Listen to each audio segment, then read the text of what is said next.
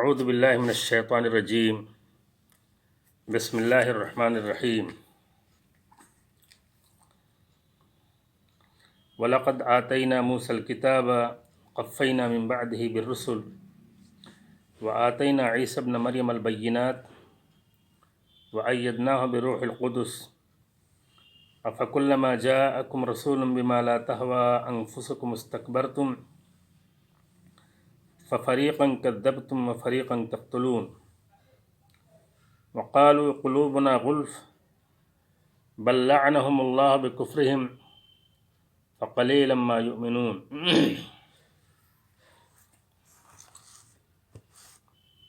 عزیز طلبہ، بنو اسرائیل کا تذکرہ اور ان کی تاریخ کے مختلف ادوار کے اہم واقعات پر قرآن مجید روشنی ڈال رہا ہے۔ اللہ تعالیٰ نے بنو اسرائیل کے لیے حضرت موسیٰ علیہ السلام کو بھیجا اور ان پر جو کتاب نازل فرمائی تورات تھی، اور پھر حضرت موسیٰ علیہ السلام کے بعد پے در پے مسلسل بنو اسرائیل میں نبیوں کے بھیجے جانے کا سلسلہ جاری رہا، اور یہ سلسلہ آ کر کے بنو اسرائیل کے آخری رسول، آخری نبی حضرت عیسیٰ ابن مریم علیہ السلام پر ختم ہوا۔ اللہ تعالیٰ اسی سلسلے نبوت پر بڑے جامع انداز میں تبصرہ فرما رہا ہے کہ ہم نے موسیٰ علیہ السلام کو کتاب عطا کی۔ کتاب سے مراد تورات ہے۔ وَقَفَّيْنَا مِن بَعْدِهِ بِالرُّسُلِ، وَقَفَّيْنَا تقفیہ سے ہے، اور تقفیہ کے معنی ہوتے ہیں الاتباع والارداف۔ یہ قفا سے ماخوذ ہے اور یہ گردن کے پچھلے حصے کو کہا جاتا ہے۔ تو قفینا یعنی اتبعنا واردفنا، حضرت موسیٰ علیہ السلام کے بعد من بعد موسیٰ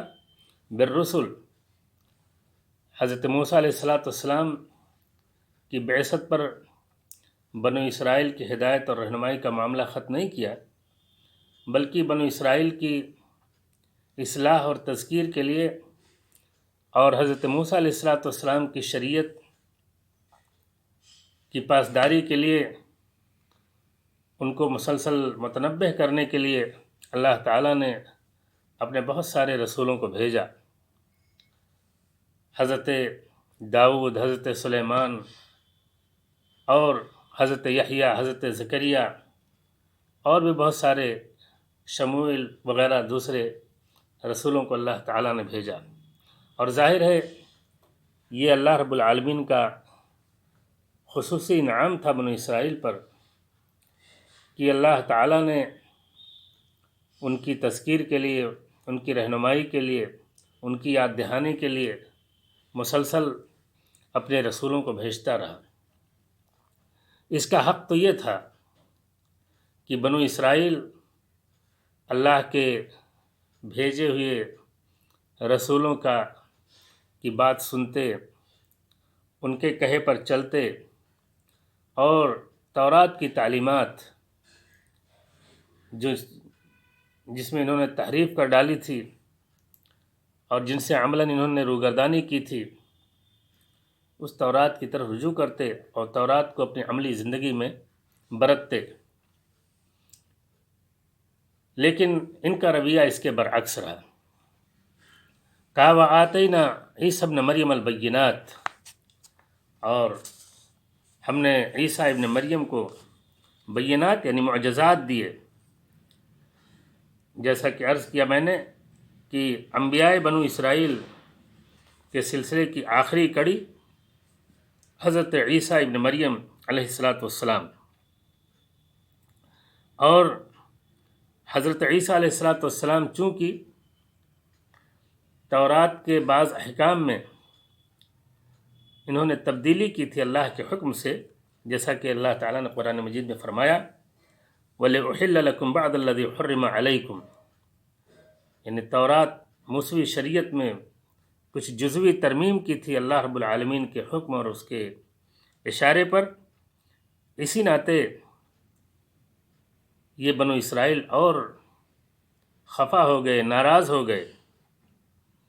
اور اسی لیے اللہ تعالیٰ نے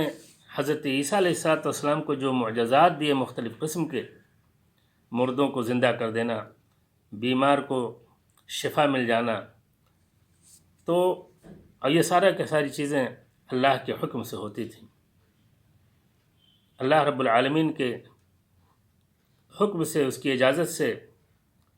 مردے اٹھ جاتے تھے، زندہ ہو جاتے تھے، بیماروں کو شفا مل جاتی تھی۔ تو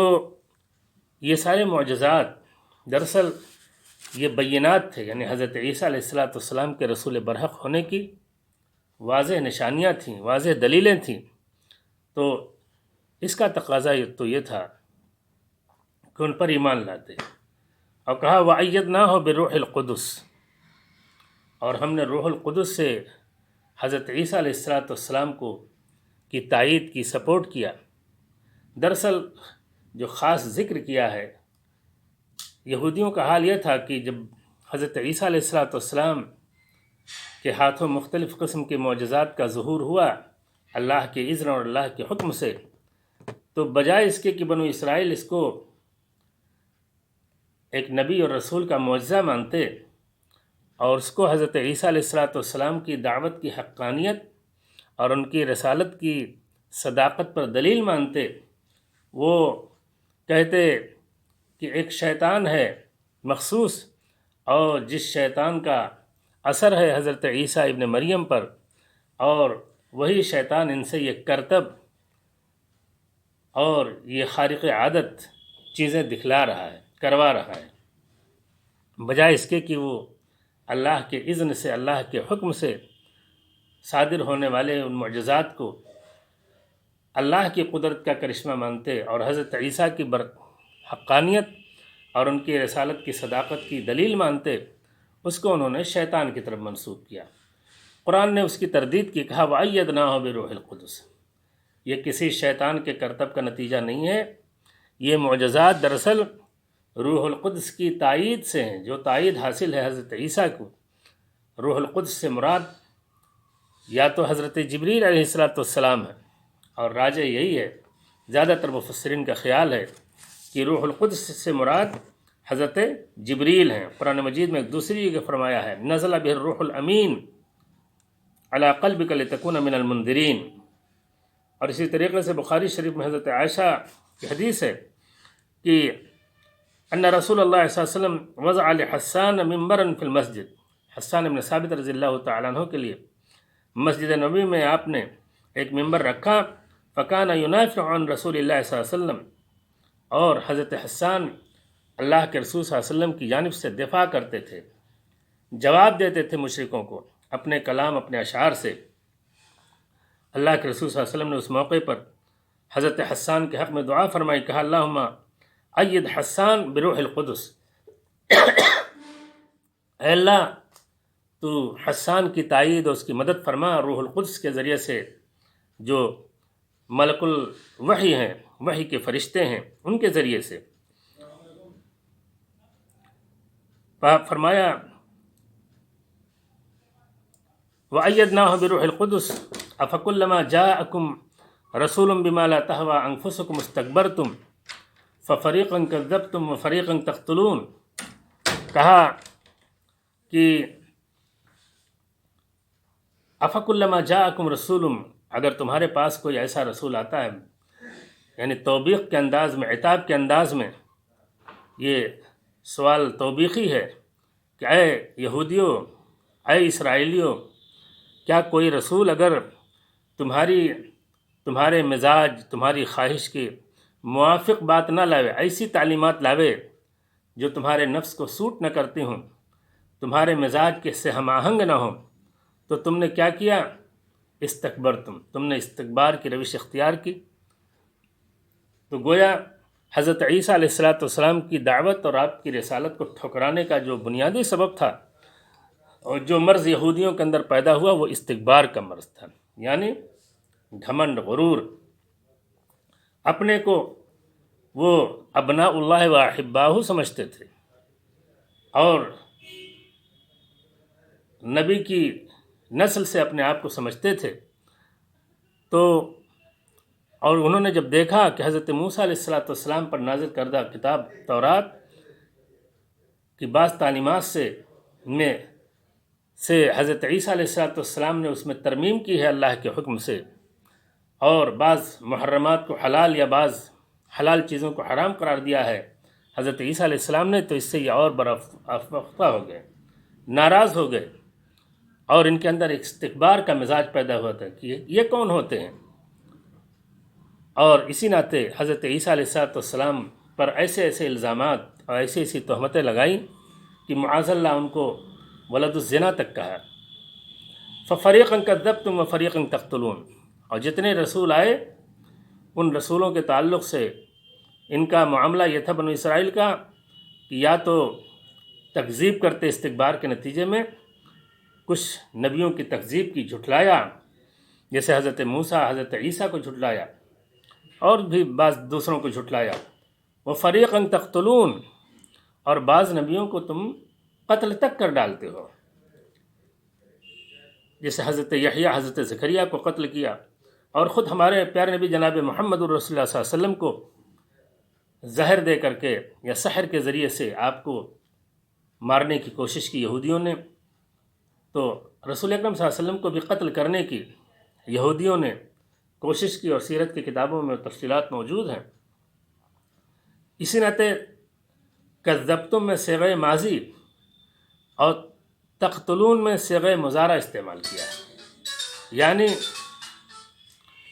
ایک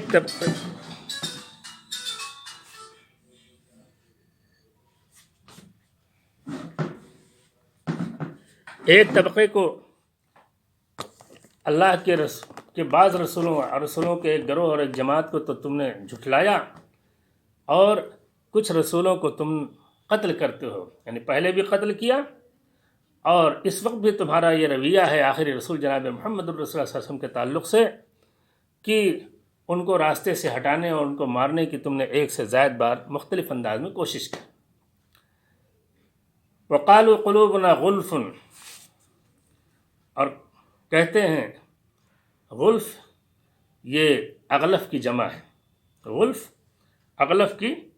جمع ہے،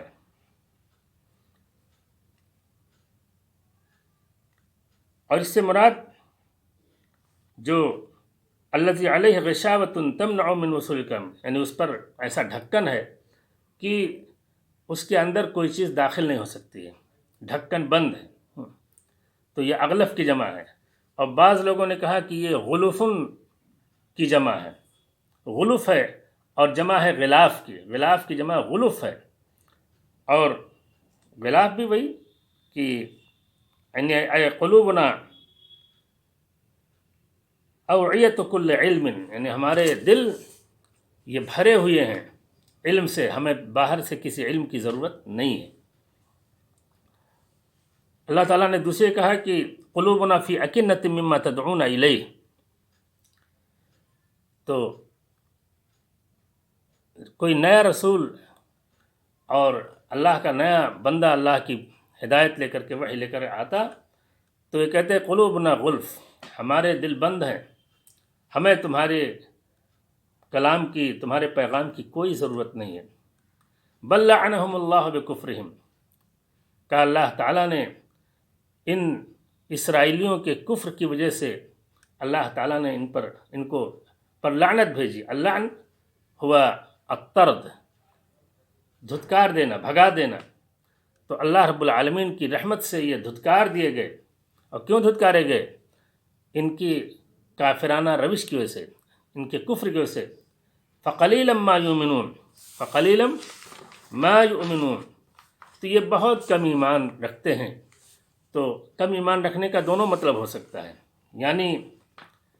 ان کا ایمان بہت تھوڑا ہے، بعض چیزوں پر ہے، بعض چیزوں پہ نہیں ہے، یا